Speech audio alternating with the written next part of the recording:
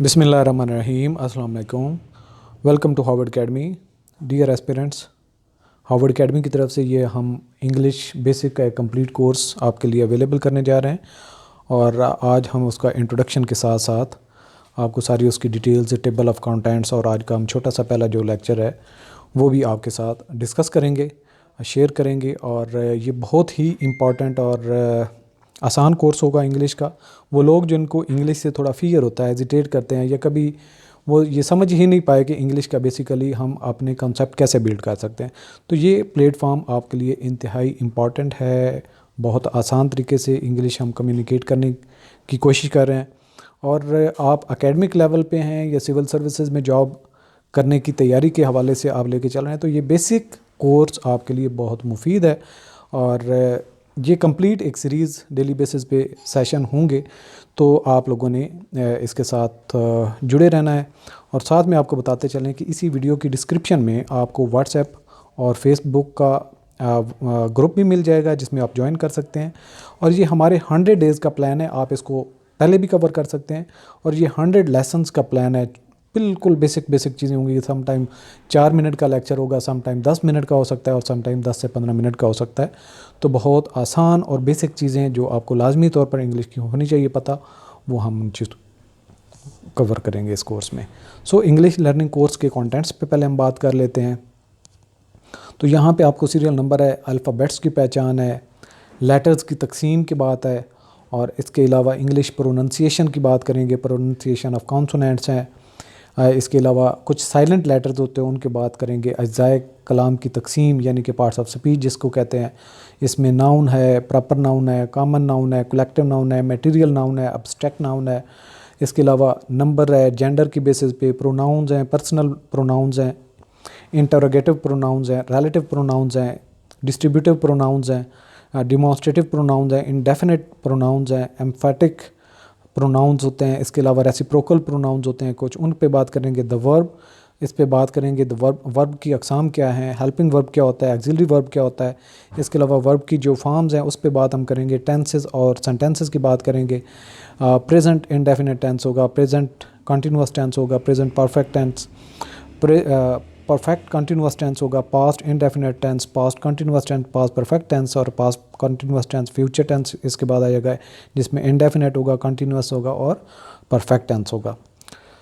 इसके अलावा आपका जो फ्यूचर परफेक्ट कंटिन्यूअस टेंस होगा, इसके अलावा इम्पेरेटिव सेंटेंसेस क्या होते हैं और एक्टिव वॉइस, पैसिव वॉइस के बारे में डिस्कस करेंगे। इसके अलावा प्रेजेंट इंडेफिनिट पैसिव वॉइस की बात करेंगे, प्रेजेंट कंटिन्यूअस पैसिव वॉइस की बात करेंगे, प्रेजेंट परफेक्ट के पैसिव वॉइस कैसे बनाते हैं, पास्ट इंडेफिनिट पैसिव वॉइस कैसे बनाते हैं, past continuous passive voice tense कैसे होता है। इसके अलावा पास्ट परफेक्ट पैसिव वॉइस और इसके अलावा फ्यूचर इंडेफिनिट पैसिव वॉइस और future perfect passive voice. Imperative passive voice जो हुक्मिया फ़िक्रात उनको कैसे पैसिव वॉइस में बदलते हैं, ये हम सारे तरीक़ाकार सीखेंगे। इसके अलावा मॉडल एक्सेलरीज होंगी। इसके अलावा जो 53 सीरियल नंबर पे हैं मॉडल पैसिव वॉइस हैं। इसके अलावा एडजेक्टिव पे हम बात करेंगे, ये पार्ट ऑफ स्पीच का आगे कंटिन्यू अगेन से हो जाएगा। एडजेक्टिव की अक़साम और उनकी तारीफ़ें होंगी। इसके अलावा डिग्री ऑफ एडजेक्टिव्स है, डिग्री बनाने के तरीक़ेकार क्या हो सकते हैं, कुछ अहम एडजेक्टिव्स की लिस्ट पढ़ेंगे। इसके अलावा एडवर्ब होगा। इसी तरह से सिंपल एडवर्ब के बारे में बात करेंगे, रिलेटिव एडवर्ब की, इंटीग्रेटिव एडवर्ब की, एडवर्ब कंपैरिजन। इसके अलावा कुछ और अहम एडवर्ब की लिस्ट होगी, उस पर हम बात करेंगे। प्रेपोजिशन पे बात करेंगे, कंजंक्शन, इंटरजेक्शन।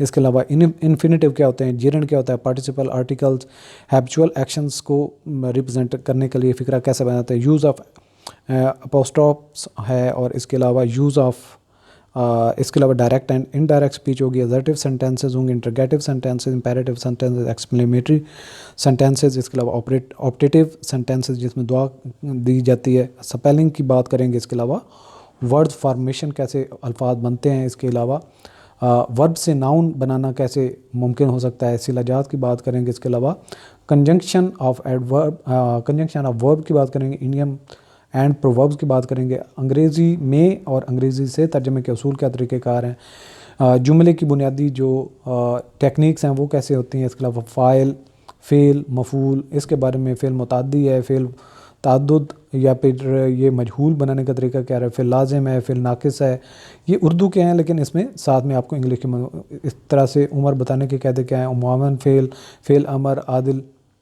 आदत और मजबूरी के काम जो हैं उनको ज़ाहिर करने के लिए कैसे सेंटेंस है, मुतालकात है, कुछ मुतालकात के फ़ेल के तर्जमे, इसके अलावा सिफ़ात में तकाबुल और मरकब जुमले। ये 100 लेसन हमारा होगा जिनमें बेसिक सारी चीज़ें आपको जब हो जाती हैं पता, उसके बाद आपको इंग्लिश इतनी मुश्किल नहीं लगती और आप आसानी से जो है वो लर्निंग सीख सकते हैं। आज का हमारा जो पहला लेसन है बहुत बेसिक बातें हैं इसमें। अल्फ़ाबेट्स की पहचान कैसे होती है, या जो एक सिंपल हमारे पास इंग्लिश में जिस तरह से ए है, बी है, सी है, इनको हम लेटर्स कहते हैं, और A B C D E F ये कंप्लीट जी तक जब हम जाते हैं तो इस सारे को मिला के हम कहते हैं अल्फ़ाबेट्स।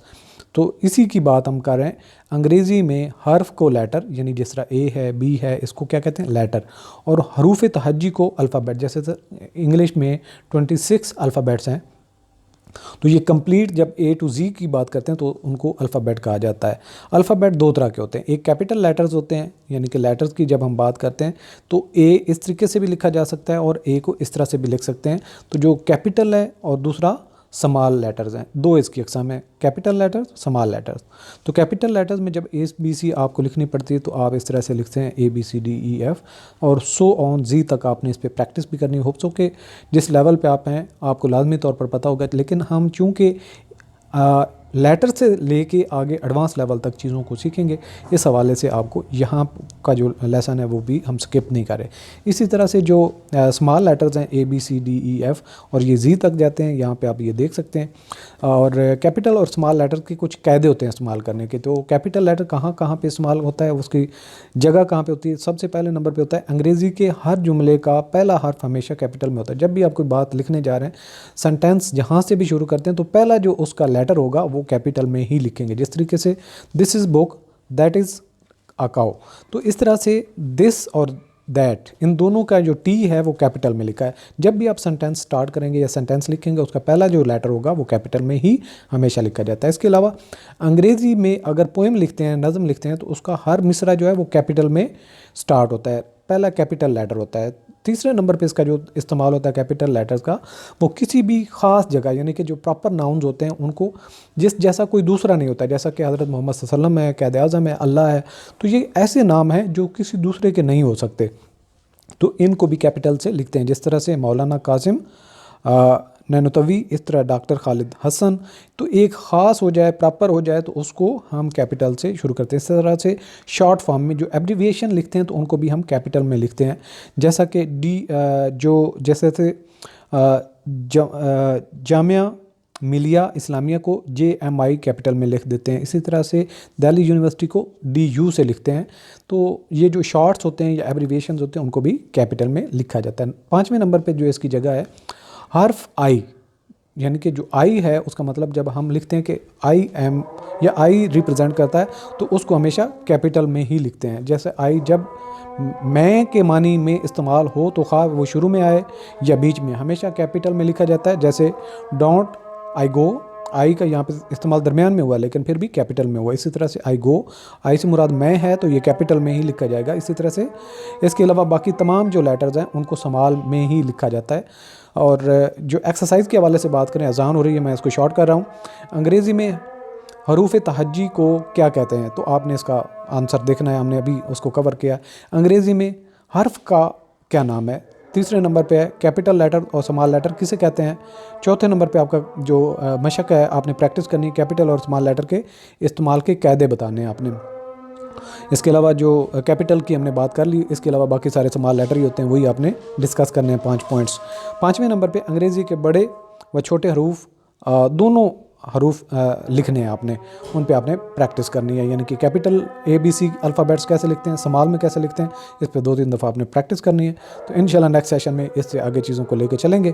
तो आज का सेशन यहाँ पे कंक्लूड करते हैं, और चैनल को आप लाजमी तौर पे सब्सक्राइब कर लें। इसको अपने दोस्तों के साथ, अपने बच्चों के साथ और अपने बहन भाइयों के साथ जो आप समझते हैं कि जिनको इंग्लिश लर्न करनी चाहिए, इन सब के साथ चैनल को शेयर करें और उनको इसका मेंबर बनाएं, ताकि डेली बेसिस के डेली जो लेसन है उनको आप अटैम्प्ट करते जाएँ। तो एक टाइम आएगा 2-3 महीने के बाद आप देखें देखेंगे कि इंग्लिश की बहुत एडवांस लेवल पे चीज़ों को आप अंडरस्टैंड करें। इस तरह से वोकेबलरी का हम सेशन लेके चल रहे हैं, वोकेबलरी को भी साथ साथ में हम फॉलो करते जाएंगे। आप उस जो प्लेलिस्ट को भी देख सकते हैं, उसके सारे लेसन को अब तक कवर कर लें। और इसके बाद हम कम्युनिटी ग्रुप में आके MCQs पैटर्न पे जो है वो डेली बेसिस पे कोई ना कोई क्विज़ डाले करेंगे एक एक क्वेश्चन की, तो उसको भी आप प्रैक्टिस किया करें। उससे आपकी क्या है कि जो हमने सीखा होगा उसके साथ में प्रैक्टिस होती जाएगी और आपकी इंग्लिश की यूज़ में जो बेहतरी है वो आती जाएगी। तो आज का सेशन यहाँ पे कंक्लूड करते हैं। अल्लाह हाफिज़।